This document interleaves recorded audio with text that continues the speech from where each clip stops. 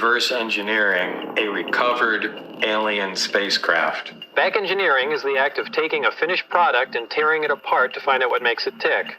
The goal in this program was to see if the technology of the disk could be duplicated with Earth materials. Dennis brought us into the lab. He said, this is where you're going to be spending most of your time. I could see it was a typical lab setup. There was stuff, components, everything all over the place. And one guy in there, Barry, who got up immediately and was clearly really happy to see me. It seems like he used to work with somebody else. It was kind of like a little kid at that point. Wait till you see this. And, he'd display how the amplifier, operates connected to the emitters and how things operate even though they're not connected. This is where he said, we're focusing primarily on the power and propulsion system of the craft. And I said, great.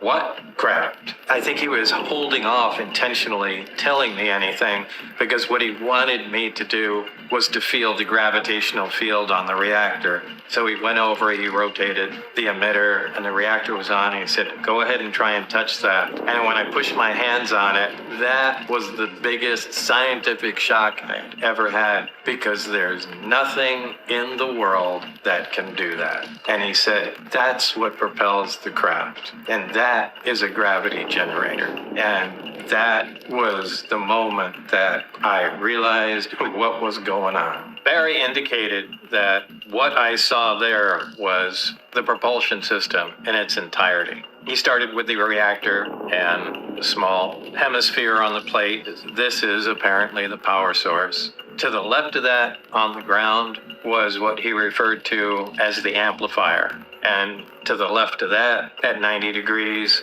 was a large pipe-looking object. He said that was the emitter. These functioned together to produce a gravity propulsion system. The power base frequency was created by the reactor. The amplifier increased its amplitude, and that was channeled into the emitter and focused or beamed wherever you want to provide the propulsion. Barry shut the system off by rotating the emitter, and then he proceeded to take apart the reactor to show me it had components too.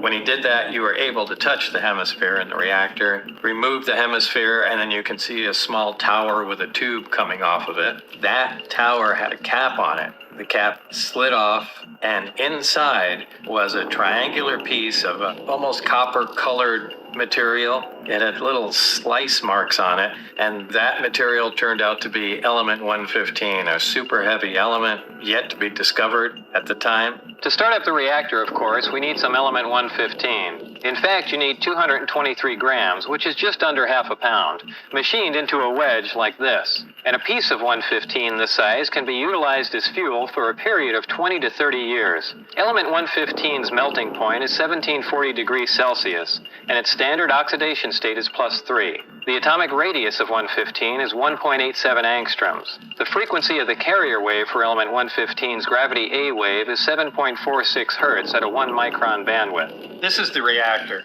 and from what we've been able to determine, it's what powers the craft. It's made of several components. First is a removable hemisphere. There's a tower, and we'll call our drift tube on the side, a small cap that comes off, and inside the tower is what we think is the fuel, element 115. The fuel element is placed inside the tower, cap is placed on, and then as soon as the hemisphere makes a flat connection to the base, it'll create its own gravitational field. It becomes operational. It will push your hands away as soon as that's sat on there.